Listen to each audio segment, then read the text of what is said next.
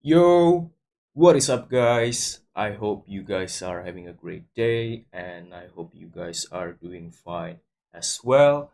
Dan di video kali ini, gue akan ngebuat video di mana gue akan nge-breakdown trade di GBP USD. Dan seperti yang kalian lihat di thumbnail atau di judul, di GU ini gue mendapatkan trade yang cukup fenomenal, ya, di mana di partial kedua gue dapat sekitar 1/60-an risk to reward. Dan gue minta maaf banget, gue jarang upload akhir-akhir ini karena gue lagi pindah kota. Oke, karena ada suatu keperluan di kota lain. I decided to move to that city. So, ya, jadi gue ada harus pindahin itu dan lain sebagainya, makanya gue jarang upload. Dan gue kembali untuk video pertama kali yang gue shoot di luar kota ini, atau di kota baru yang gue tinggali. eh Video pertama adalah kita akan nge-breakdown GU. Oke, jadi tanpa banyak basa-basi lagi, mari kita mulai trade breakdown-nya. However, sebelum kita mulai trade breakdown-nya, ya, gue ingin kalian menebak, ya, di 4 hour time frame chart yang gue liatin ke kalian sekarang ini. Oke, gue ingin kalian menebak di mana sih gue dapet 1/64. Nah, ya 60-an risk to reward, 64 kalau nggak salah. Trade trade-nya itu gue dapet trade 1/64 risk to reward itu di mana? Oke. One, two, three. Oke. Ya, akan gue kasih tahu jawabannya. Gue dapet trade 1/64 risk to reward yang sisanya break even itu ada di sini. Oke. Ini for our chart ya. Boom. Nih. Dari sekian banyak price action, ya, gue dapet 1/64 risk to reward itu di sini. Kalian bandingin aja, ya. Di sini cuma terlihat satu atau dua candlestick kecil. Dimana kalau kita uh, range, oke, ini sekitar 60 pips saja, 70 pips lah mentok. Oke, dalam waktu berapa ini? Dua candlestick atau tiga candlestick ya, 8 sampai 12 jam karena ini 4 hour time frame chart. Oke. Nah, however, ya, salah satu hal yang ingin gue kasih tahu ke kalian ya, sebelum kita memulai trade breakdown-nya adalah, kalau kalian melihat gue yang mendapat trade yang fenomenal seperti ini, let's say ini contohnya pada saat ini adalah GU, di mana gue mendapatkan trade yang hanya dengan stop loss sekecil 1 pip, ya, itu kita harus sadar bahwa ada konsekuensinya. Konsekuensinya adalah, ya, apabila semakin kecil stop loss kalian, secara otomatis semakin kecil win rate kalian. Itu udah ilmu yang kemungkinan besar pasti, ya. Dimana ya kalian bisa meninggikan win rate daripada stop loss yang kecil ini. However, of course, secara optimalnya, mentoknya kemungkinan besar nggak akan sama dengan apabila kalian mendapatkan risk to reward 1/3 atau 1/5 dengan konsisten, ya. Misalkan kalian mempunyai strategi yang 1/3, 1/5 secara konsisten, nggak muluk-muluk, nggak terlalu, oh gue harus dapat 1/50 risk to reward at least supaya kayak manifest forever. No, kalian harus ngotak-ngatik sendiri mana preferensi kalian, apakah kalian bisa atau mental atau psikologi kalian bisa menerima dengan uh, mudahnya, ya. Kalian harus otak-atik sendiri, psikologi kalian lebih mudah untuk menerima win rate kecil tapi risk to reward gede, atau win rate yang jauh lebih besar tapi secara konsisten ya udah 1/3, 1/5. Ya enggak, perbedaannya nggak akan terlalu besar sih secara win rate. Ya mungkin secara optimal lumayan besar sih sebenarnya. Mungkin kalau misalkan kalian nggak FOMO-an dan lain sebagainya, apabila kalian memakai risk to reward yang seperti gua ini, ya itu mungkin kalian bisa up to 40% win rate, mungkin 40, hampir 50% win rate kalau kalian bener-bener strict, kalau kalian bener-bener eh, teliti ya dan nggak kemakan emosi, mungkin bisa sampai 40-an win rate persen ya. Dimana kalau misalkan kalian 1 banding 3 win rate, eh, stop loss nggak kecil-kecil amat, nggak muluk-muluk, boom 1 banding 3 100% mitigasi, udah ambil semuanya, itu mungkin bisa 50% tembus win rate-nya. Oke, nah jadi ini suatu preferensi aja.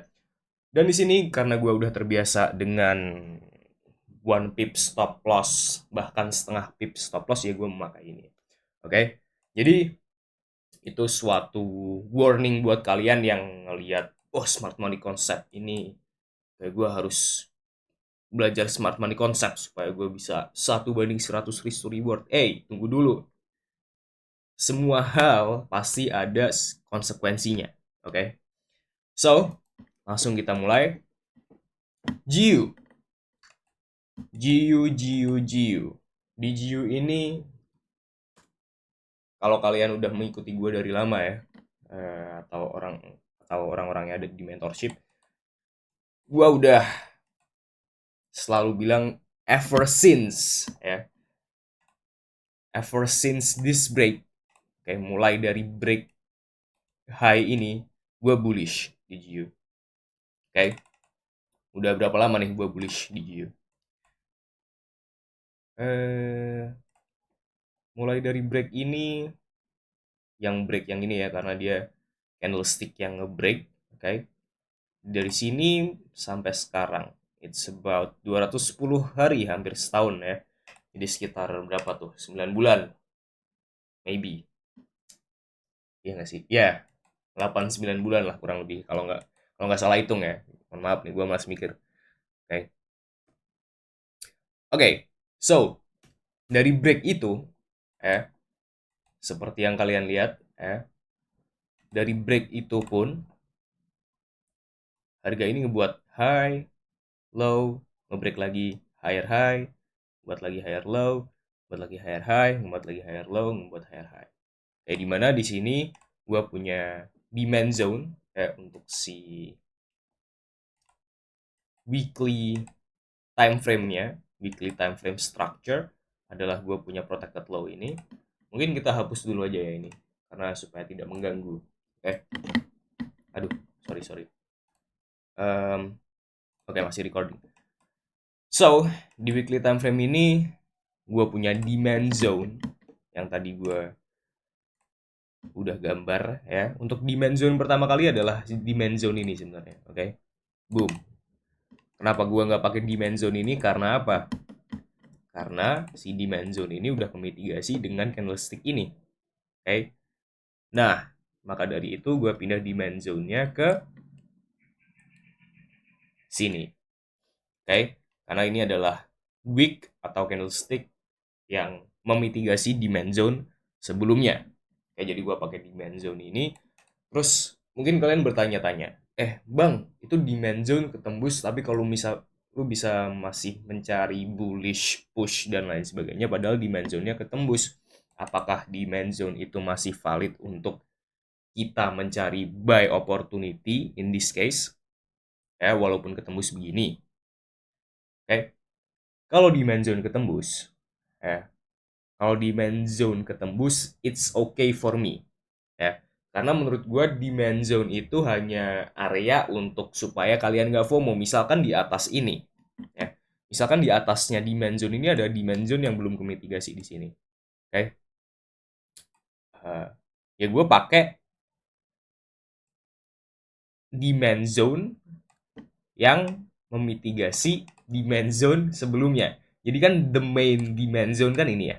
The main demand zone. Demand zone yang ngebuat bullish push ini. Yang ngebuat bullish push ini kan demand zone ini. Yang gue kotakin ini. Nah, utamanya adalah itu. Apabila harga ini nggak memitigasi demand zone itu, ya gue bakal pakai demand zone ini. Tapi karena udah kemitigasi, gue pakai demand zone selanjutnya. yang memitigasi demand zone utama ini. Walaupun misalkan nanti di sini ada demand zone baru yang belum termitigasi, ya gue nggak peduli, karena gue peduli dengan atau berdasarkan apa demand zone utamanya. Kalau gue pakai semua demand zone, misalkan demand zone yang ada di sini, demand zone yang ada di sini, gue bakal ke fake out banyak banget. Jadi demand zone hanyalah alat supaya gue nggak FOMO. Intinya itu. That's it. Mau gue jelasin lebih, cuman nanti bakal kelamaan videonya. Jadi untuk demand zone di weekly time frame dan structure range daripada weekly time frame gitu aja. Mari kita turun ke daily time frame. Gimana daily time frame kalau nggak salah? Ya sama aja. Daily time frame sama aja. Protected low di low ini, structural liquidity juga di high itu masih sama aja. Di 4-hour time frame, mari kita lihat. Di 4-hour time frame bisa kalian lihat ya. Ketika harga menyentuh demand zone, ketika harga menyentuh demand zone ini, mari kita bahas si structure-nya dulu lah ya. Structure daripada 4-hour time frame adalah low ini dan high ini. Boom boom. Ketika gue di 4-hour time frame juga mempunyai demand zone ini, di mana harga ketika memitigasi demand zone ini, of course gue mencari buy di 4-hour time frame ini. Entah gue loss atau gue nggak dapet. Setelah itu dia memitigasi demand zone lebih dalam untuk mungkin membuat liquidity dan mengambilnya, di mana pada akhirnya pun iya.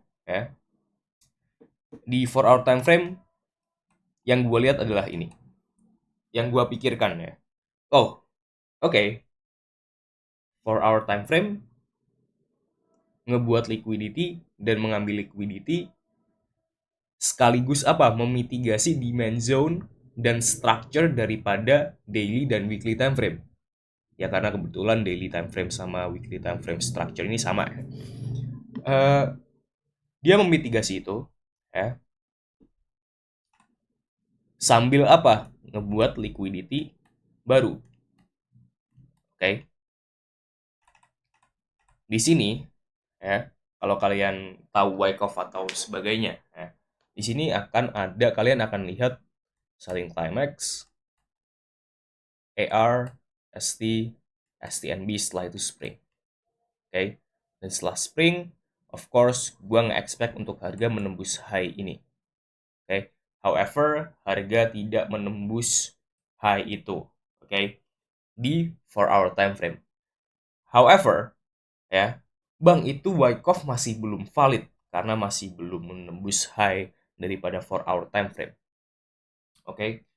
Tapi gue ngerti, atau gue ya nggak pasti ya, bukan suatu hal yang pasti. However, di one day dan weekly time frame ya, kita punya structure yang sangat bullish, di mana demand zone kita udah termitigasi dan harga ketika menyentuh atau nge-approach demand zone higher time frame kita, si harga ini ternyata bener-bener nge-slow down loh. Si harga ini bener-bener gini loh. Bukan yang ketika harga menyentuh demand zone misalkan. Demand zone dia langsung boom gitu. Enggak, dia bener-bener nge-slow down, dimana tandanya apa? Kemungkinan besar si institusi ini memang akan mengakumulasikan, akumulasi dalam artian membuat liquidity baru dan mengambil liquidity tersebut sambil memitigasi demand zone mereka. Setelah itu markup. Kemungkinan besar. Kemungkinan besar ya, bukan berarti bahwa si weekly structure range kita ini nggak akan dijebol. Karena higher time frame structure-nya bullish, ya udah.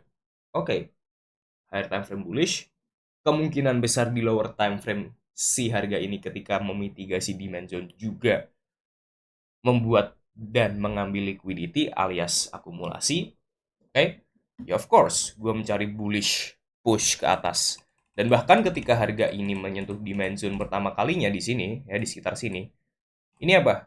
Gue juga berpikiran sama. Ini adalah akumulasi untuk naik ke atas, dimana sebenarnya pun iya, boom, naik ke atas, however, untuk apa? Untuk nge-fake out dan membuat redistribution ulang ya, untuk ke bawah, untuk kemungkinan besar membuat apa? Membuat si Wyckoff atau mengakumulasikan posisi yang lebih gede.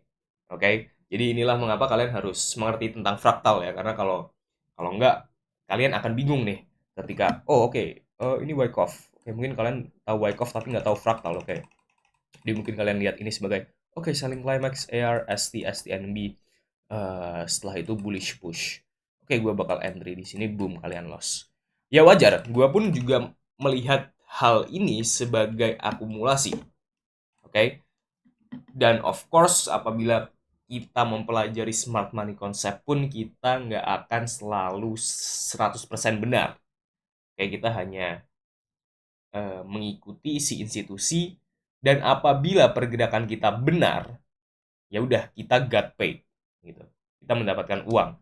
Tetapi kalau kita salah, dan apabila harga ini memang sempat running, misalkan kalian entry di sini, harga sempat running, kita kan pada saat ini masih belum tahu nih, apakah harga ini akan benar-benar boom ke atas begini dengan akumulasi ini atau enggak. Ya, ketika harga running begini, yang bisa meminimalisir loss kalian adalah dengan trade management. That's it. Makanya ada yang namanya break even, ada yang namanya partial ke satu, partial kedua. Setelah itu trailing stop loss. Itu adalah untuk meminimalisir loss atau kekalahan ketika kalian nge-trade. Karena nggak akan ada suatu hal yang 100% pasti. Oke? Jadi begitu. So, anyway, itu di 4 hour time frame yang gue lihat. Ya, harga ini mengakumulasikan ulang dan lain sebagainya. Dan kita akan turun ke 1 hour time frame. Dan dimana kalian bisa lihat di 4 hour time frame ini sebenarnya tidak terlalu penting, kecuali pemikiran apa yang baru saja gue kasih ke kalian. Karena si 4 hour time frame pun masih belum ketembus ya. Ini masih bearish di 4 hour time frame. Seperti yang kalian lihat, structure range daripada 4 hour time frame masih ada di high dan low ini. Bearish ya. So, gue turun ke 1 hour time frame. Di 1 hour time frame pun juga sama, dia masih dia high ini ketembus, boom, bullish dan lain sebagainya. Bullish, setelah itu dia masih stuck gaming. Dia di sini ke break bearish lagi, bearish, setelah itu bullish lagi di sini. Bullish lagi di sini pun gua melihat ini, gua kan entry trade ada di sekitar sini. Gua entry trade itu pun entry trade ini pun berdasarkan 30 menit time frame. Jadi si 1 hour time frame ini tidak terlalu penting. However, yang penting di sini adalah seperti 4 hour time frame. Dimana gue akan menjelaskan tentang fractality. Di 4 hour time frame, kalau kita lihat yang gue tandain adalah tadi harga ngebuat liquidity, Wyckoff schematic di sini boom, dan dia masih belum tembus ke atas. However, apabila gue turun ke 1 hour time frame, ini kan validasi daripada Wyckoff schematic atau akumulasi daripada si 4 hour time frame adalah high ini, dimana dia masih ke weak, masih belum ketembus. Disinilah pentingnya atas pemahaman atas fractality. Ketika kalian turun lagi ke di 1 hour time frame in this case, kalian akan melihat bahwa harga ini ngebuat liquidity lagi di 1 hour time frame. Ngebuat liquidity lagi di mana si let's say mulai dari 1 hour time frame ini invalidasi bullish push-nya ini. Selling climax AR ST, setelah itu apa? STNB. Dimana artinya adalah si harga ini membuat liquidity loh. Setelah itu memvalidasi pembuatan liquidity itu setelah diambil dengan pergerakan harga yang ini. Ketika harga menginvalidasi bearish push-nya setelah mengakumulasikan atau membuat liquidity dan mengambilnya, gue berpikiran dong, si harga ini benar-benar bervolume di sini. Benar-benar bervolume dan sangat searah dengan apa yang gue pikirkan di higher time frame. Oke, maka dari itu, oh ya udah, gue turun ke 30 menit time frame, gue menandain low ini sebagai protected low daripada 30 menit time frame, dan high ini sebagai structural liquidity-nya, target gue. Oke, that's it. Di 1 hour time frame begitu. Oke, ini yang sebelah sini kita hapus dulu aja.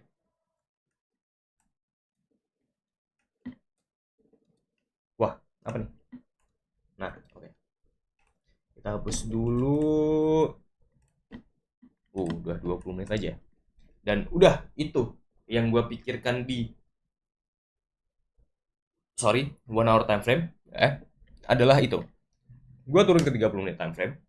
Gue udah menyadari bahwa dari higher time frame gue bullish banget di 4 hour time frame, walaupun masih belum valid Wyckoff schematic-nya atau masih belum nge-switch ke bullish structure, di mana gue of course di lower time frame gue mencari bullish structure, kalau di higher time frame-nya gue bullish.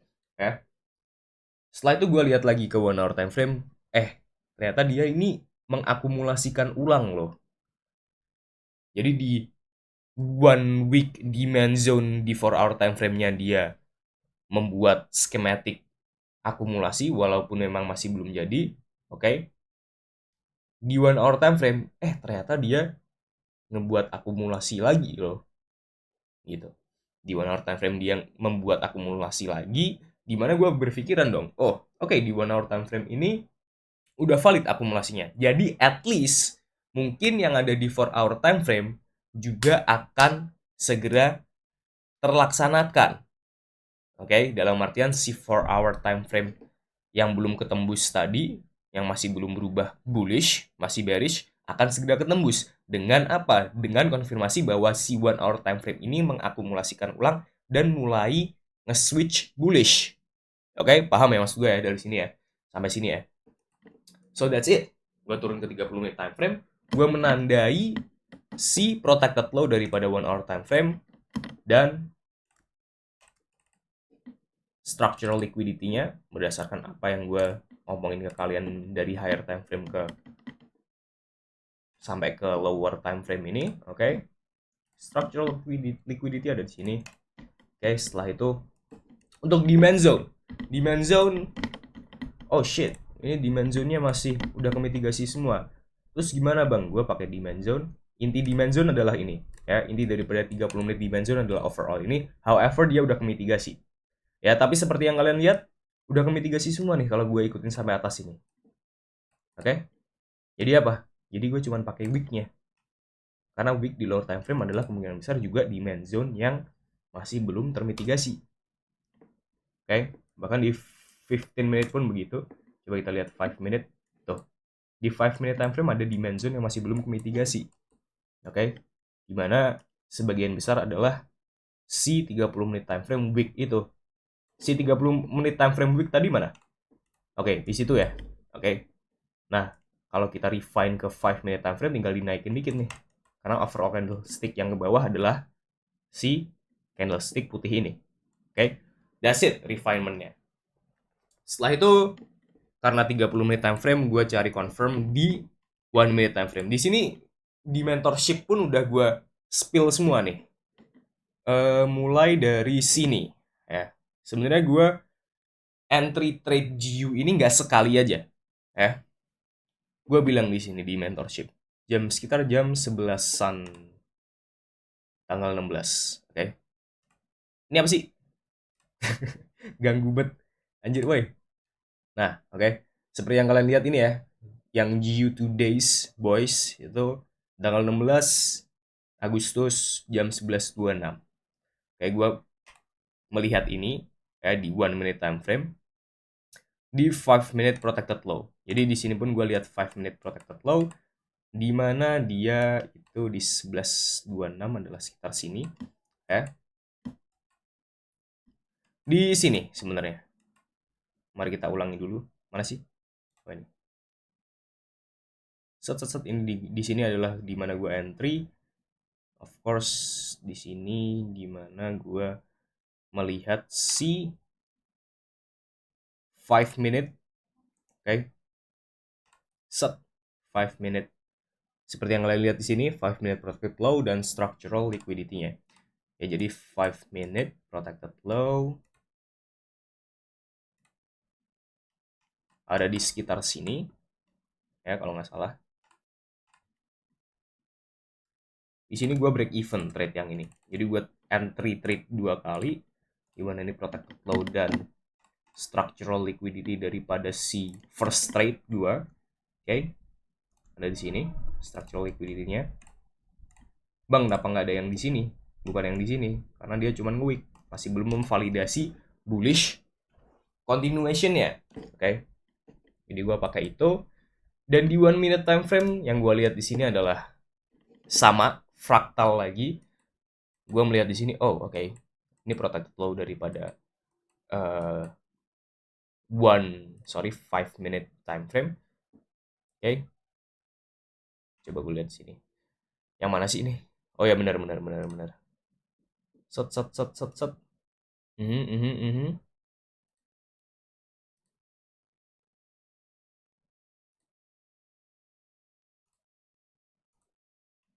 Oh, oke, kita masih belum sampai sana ya, cuy.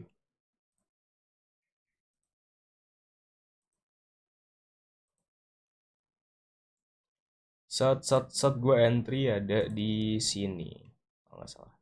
Set, oke. Jadi yang gue lihat di sini adalah, oh, oke. Si harga ya daripada 5 minute time frame kita punya range low dan high ini. Oke. Range structure kita ada di situ. Gue jelasin lagi di sini. Apa yang terjadi di sini?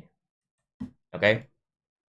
Kita harus paham bahwa oke, kita misalkan punya demand zone di sini yang udah kemitigasi, oke. Demand zone ini ya, si harga ini bolak-balik di sini. Kemungkinan besar apa? Mengakumulasi ulang untuk nge-push ke atas. Itu yang gue pikirkan. That's it. Oke. That's it. Setelah itu di 1 minute time frame ya, harga ini mulai nge-switch bullish di sini ya, nge-switch bullish. Tapi di sini dia nge-breakdown bearish lagi. Nge-breakdown bearish. Dan apa yang gue lihat di sini adalah ya, oke, demand zone gak akan selalu termitigasi lebih dalam lagi. Oke, bisa jadi di antah berantah di tengah structure yang aneh nih. Kalau kalian lihat si 5 minute time frame, harga structure-nya masih ada di low ini dan high ini. Kalau kalian lihat di 1 minute time frame, boom, harga bearish. Oke. Setelah itu di sini baru bullish. Oke. Walaupun 5 minute time frame demand zone yang ada di sini, yang ini nggak gua gambar, sorry. 5 minute demand zone yang ada di sekitar sini nggak kemitigasi lebih dalam, tapi gua ngerti.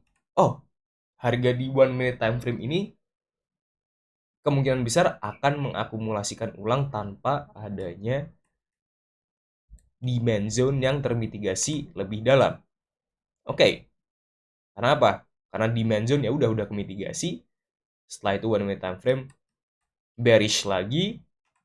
Oke, tapi di sini seperti yang kalian lihat, si harga ini membuat liquidity. Oke. Ngebuat low, bolak-balik aja. Setelah itu boom, memvalidasi bullish structure daripada 1 minute time frame. Oke. That's it. Setelah itu, oh oke, gue akan setelah si 1 minute time frame ini bullish lagi, of course gue berpikiran bahwa gue akan nge-follow structure daripada 1 minute time frame dong. Oke, ya udah. Kalau gitu gue akan menemukan suatu demand zone. Oke, gue menemukan demand zone ini. Gue mencari confirm lebih ya di demand zone ini. Boom, apabila dia termitigasi ya. Termitigasi. Di situ gue masih belum entry. Nah, di sini gue mencari entry. Boom. Oke. Ini gue bilang enter GU 2,5 pips stop loss. Oke. Prediction termudah. Anjay. Sombong banget ya kan. Sombong banget. Enggak bro, bercanda sebagai jangan gegabah. Oke. Gue entry di sekitar mana nih? 002. Gue entry di sekitar sini karena dia memang langsung boom ke atas gitu. 002 set set set set set set set set set set 2,5 pip stop loss. Ya udah, ini gue biarin running dong, karena apabila si structural liquidity ini pun tertembus ya, ini gue masih sekitar 1:1 doang, gue nggak ambil partial segitu gitu. Jadi gue biarin aja set set, walaupun nih ya, akan gue jelasin lagi ke kalian tentang trading lessons ya. Walaupun prediksi kalian ini benar, kalian udah mikirin, oh higher time frame ini bullish, setelah itu menyentuh demand zone dia lagi mengakumulasikan, walaupun si 4 hour time frame ini udah mengakumulasi tapi masih belum valid, di 1 hour time frame dia ini ternyata membuat akumulasi lagi, dimana udah valid, ya udah gue ngefollow 1 hour time frame berdasarkan time frame yang lebih low daripada 1 hour time frame. Karena kemungkinan besar apabila 1 hour time frame udah valid, akumulasinya 4 hour time frame akan valid juga, dan seterusnya, dan kita berharap bahwa si higher time frame weekly atau daily time frame ini akan lanjut bullish, dan pada akhirnya memang benar bullish continuation. Oke. However, yang harus kalian paham di sini adalah trade management nomor 1. Oke. Trade management nomor 1. Seperti yang gue bilang tadi, kita nggak akan tahu pasti kapan dia akan bullish atau enggak, dan walau kita bener dia bullish, tempat di mana kita nge-trade, tempat di mana kita entry, harga di mana kita entry, ya, di mana stop loss kita dan lain sebagainya, belum tentu dia tidak akan tersentuh. Kayak misalkan ini. Ini gue break even. Ya. Jadi walaupun gini, coba kita lihat ya, apakah dia akan menyentuh. Oh enggak, ternyata nggak akan menyentuh sebenarnya. Cuman gue break even berdasarkan rules gue. Misalkan kalau gue ini, si harga ini menyentuh stop loss gue, ya, ya mendingan gue break even, ya kan? Karena kita nggak tahu pasti nih. Oke, walaupun ternyata pada akhirnya anjir bullish, gue bener sampai higher time frame. Tapi kalian harus sadar bahwa break even and a loss is memang part of the game gitu. Kalian nggak akan bisa menghilangkan itu gitu loh. Walaupun directional bias kalian bener, gimana cara kalian membaca chart ini bener, nggak akan selalu ketika kalian masang trade, boom, langsung running ke atas. Oke, ada di mana ketika kalian entry trade, ya, ketika kalian entry trade begini, ada saatnya di mana harga ini akan, oh gue entry trade, ya kan, entry boom boom boom boom boom, wih langsung naik ke atas nih, langsung naik ke atas. Ternyata begini lagi, boom, hit stop loss dan kalian belum break even. Di mana pada akhirnya mungkin ngelanjutin bullish pushnya lagi. Directional bias kalian bener dong, bullish, ya kan? Tapi ketika kalian entry trade ini, kan nggak ada suatu hal yang bisa memastikan bahwa trade kalian ini tidak akan ke stop, gitu. Jadi kalian harus sadar itu, oke? Jadi di sini, ya, ini kebablasan lagi udah. Ketika harga udah menembus high ini, ya, anyway, ya, kita akan lanjutkan si breakdown. Ketika harga udah menembus high daripada 5 minute structure ini, pada saat ini, ya, structural liquidity dan si demand zone gue adalah ini. Oke. Gue refine ke 15 minute time frame karena apa? Ingat ya, refinement nggak akan nggak harus selalu misalkan oke, 5 minute time frame, boom, 5 minute time frame gue lihat, oh 5 minute time frame gue di sini demand zone-nya, gue akan refine. Kalau kalian dengar kata refine, otomatis kemungkinan besar ya, kebanyakan orang yang ada di pikirannya itu, oh refinement berarti gue harus refine lagi ke lower time frame. Nggak harus seperti itu. Refinement nggak harus seperti itu ya. Refinement bisa ke 15 minute time frame, bisa ke time frame yang lebih tinggi daripada original time frame kalian. Oke. Aduh, udah setengah jam lagi. Oke, jadi gue refine ke higher time frame, ke 15 minute time frame, dan ketika harga ini memitigasi ke sini, memitigasi demand zone gue yang udah gue refine, gue entry ada di berapa ya, gue lupa. 7005 nggak salah. Bentar, oh ada di sini sebenarnya, ada di Discord, gue lupa. Set set set set set set. Nah ini gue entry di mana ya? Oh ini sell outnya anjir. Enter GU 1 pip stop loss. Set 005 ya, benar 005. 005. Weh, mouse gue jatuh. Sorry. Halo. Kenapa mouse gue tidak bekerja? Oke. 005 dengan stop loss 1 pip. Boom. Gue entry ada di sini ya, gue buy stop di sini karena gue mencari confirm lebih dalam lagi di second time frame ketika harga ini memitigasi demand zone lower time frame gue. Oke. Dan singkat cerita, set gue target ada di sini, set. Ya udah, gue tunggu aja, boom, dan langsung meledak seperti yang kalian lihat di sini. Ya. Di sini pun gue juga berinteraksi ya dengan member-member gue yang ada di mentorship ya. Di sini gue bilang, oh ini udah yang tadi bang, kalau misal gue ya di sini bisa tanya jawab juga, of course, di grup discuss ini. Di mana ya tadi? Enter G1 tip. Yang tadi break even by the way. Oke, setelah gue entry di sini, udah gue manage, udah gue entry dan lain sebagainya, stop loss sudah gue pasang. Gue mengirim ini, boom. Dan gue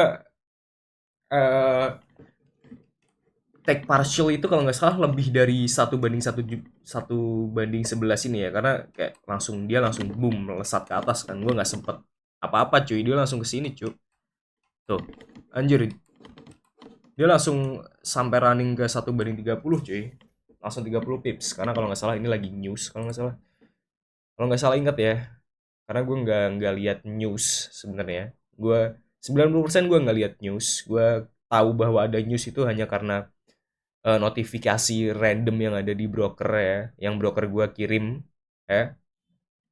So yang random notif gitu, jadi gue tahu kalau ada news di situ, bukan gue secara sengaja mencari. Oke. Di sini gue pun bilang pas news, kayak padahal gue ngeliat news sama sekali, cuman technical based on smart money concept. Membuktikan bahwa smart money concept kalau mempredik dengan benar akan selaras dengan institusi tanpa adanya atau tanpa melihat news. Maksud gue begitu. Nah, oke, jadi makin termotivasi. Nah, gue seneng nih orang-orang kayak gini. Jadi gue jadi makin semangat gitu loh, mengarahkan mereka gitu. Nih, jam berapa nih? 3:34 PM. Hit second partial, nggak tahu berapa risk to reward. Gue lagi nggak di depan laptop, bro. Coba kita lihat di mana sih?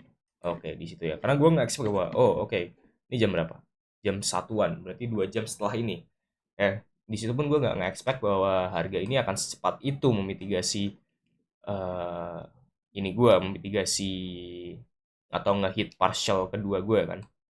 Gue waktu itu cabut, ada suatu urusan ya kan, gue cabut, gue tinggal aja, udah gue manage, udah partial pertama juga ya kan, gue cabut set, udah break even, gue tinggal, dan dia ngehit 1 banding 60 ini di sekitar, nah di situ pun sebenarnya gue udah bisa ngehit.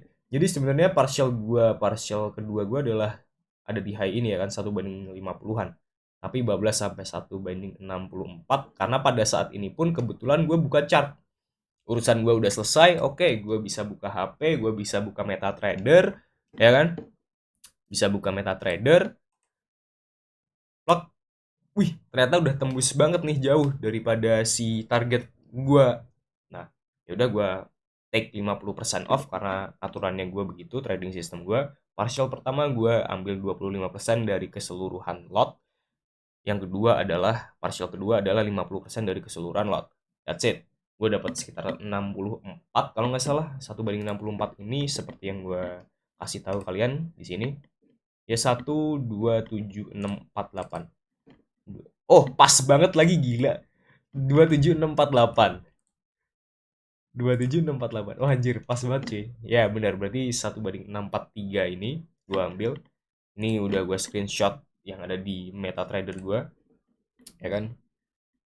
gue bilang hit second partial nggak tahu berapa risk to reward, gue lagi nggak di depan laptop, terus gue langsung nge-screenshot ini karena untuk ya ngasih tahu aja kalau gue bener-bener udah partial, untuk supaya orang gue nge-share ini ya, nge-share prediksi-prediksi di membership, sorry, di mentorship gue ini bukan untuk sinyal, bro. Oke, that's it. Bukan untuk sinyal, tapi untuk nge-share gimana sih keseharian gue ini melihat chart, apa yang gue lihat dan lain sebagainya, itu gue spill di sini. Itu, dan kita juga bisa berdiskusi di sini. Jadi bukan semena-mena ada tuh yang gue bilang gini karena ada yang mengira gue mengirim sinyal di mentorship. Enggak, men. Gue sangat tidak menyetujui adanya sinyal karena oke, walaupun prediksi kita sama, misalkan GU bullish dan lain sebagainya, cuman cara nge-trade kita itu beda gitu loh. Nggak akan gue ngasih sinyal ke kalian pun nggak akan, kalian mungkin nggak akan betah dengan gue yang stop lossnya 1 pip, kalian mungkin akan gelisah dan lain sebagainya, dimana gue enggak gitu loh. Jadi ya that's why gue sangat tidak mendukung sinyal ya. Dan ya that's it. Ini gue bilang second partial GU tadi hit sekitar 1/64 ada di sini. Ya kan, seperti yang kalian lihat di sini 7005 ke 7648, ya udah bener. Dan ini GJ kemarin masih running sekitar sekian. Itu GJ yang sebelumnya. Mungkin gue akan membuat trade breakdown lagi untuk GJ. That's it. So, yeah, that's it untuk video kali ini. Mungkin kita akan mengkalkulasikan dulu berarti berapa persen yang gue dapat ya. Karena di sini gue meresikokan 0,1% ya, bukan 1%. Oke, mari kita anggap gue meresikokan 1% lah. Gue meresikokan 1% risk berdasarkan ini hanya hitungan ini ya, hitungan persentase ini hanya akan berhasil dengan orang yang mengkalkulasikan trade-nya dengan percentage. Gue nggak paham dengan orang-orang yang oh, stop loss gue kali ini 20 pip stop loss. Gue pakai lot yang sama dengan gue meresikokan dengan gue pakai misalkan 10 pip stop loss. Ya kan berarti kan setiap trade kan beda-beda ya, nggak konsisten ya. Terus kalian orang yang memakai percentage itu memamerkan bahwa gue dapat 1/10 risk to reward nih, gue dapat 10%. Ya nggak gitu anjir, karena kan setiap setiap stop loss yang misalkan stop loss kalian beda, tapi kalian pakai slot size yang sama, berarti kan belum tentu 1/10 risk to reward itu 10% dari akun kalian, ngerti gak sih? Gue, aduh, gue kadang ketemu orang-orang yang gitu lah, lu berarti 1/10 berarti 10% dong. Iya, terus stop lossnya sekian, terus lot size-nya sama kayak yang kemarin sama yang 20. Ya berarti beda anjir, bukan 10% stop loss, bukan 10% gain anjir, ngerti gak sih? Gue, aduh, kenapa gue jadi bacot ya? Maaf, maaf, maaf, maaf. Bentar, mari kita kalkulasikan dulu. Risk gue 1%. Mari kita anggap 1% ya, supaya gampang aja. Sebenarnya sih nggak 1%, oke? 1% di partial pertama gue dapat berapa ya? Aduh, gue lupa lagi. Gue telat juga sih. 1/18-an apa nggak gue share di Discord lagi? Karena cepet banget kan. Di 1 minute time frame pun. Iya, nggak gue share. Coba. Ada historinya kok, sebentar. Ada historinya, gue cari sebentar. Orders, bukan, deals. Tanggal 18. GU sell out. 16 deh, salah. Mana anjir? Tanggal 16 GU sell out pertama. Nih. 2023 bulan 8 tanggal 16. Nih. Gue ambil 25% at 1/27. 27142. 27142. 27142. Gue ambil di sekitar sekian. Berarti 1/13,7. Kalkulator.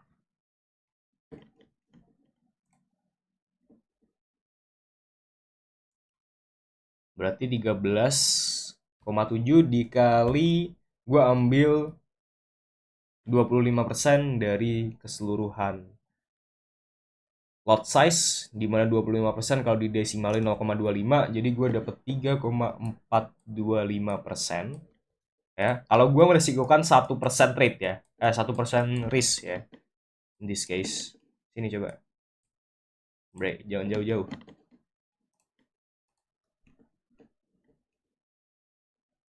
Berarti partial pertama sama dengan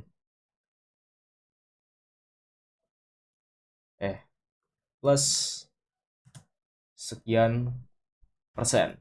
Oke. Partial kedua plus sekian persen. Ntar nih kita beginiin dulu. Setelah itu tadi kalau nggak salah 63,4 ya.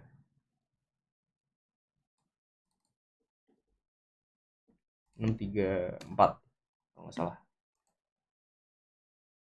648 pokoknya ini ya. Profit levelnya 648. Boom. Oke, 64,3, sorry. Berarti 64,3 64,3 dikali partial kedua gue ambil 50%, berarti kalau didesimalin 0, dikali 0,5 gue dapat sekian persen. Kalau gue meresikokan 1% ya ini, tapi sayangnya gue enggak, karena gue latihan untuk memegang account yang gede. Nggak mungkin gue account yang gede banget gue langsung meresikokan 1%, akan terlihat overwhelming, karena bisa jadi ketika 1% itu gue loss bisa kayak langsung ratusan dolar gitu kan, walaupun cuma 1%, tapi overwhelming ya kan kalau dilihat. Jadi gue sebenarnya nggak meresikokan 1%, cuman di sini gue anggap gue ambil resiko 1% supaya gampang juga. Oke, jadi partial pertama gue dapat sekian, partial kedua dapat sekian, dan ketika dijumlah ini ditambah 3, berapa tadi, 425, 425, boom, total gue dapat sekian.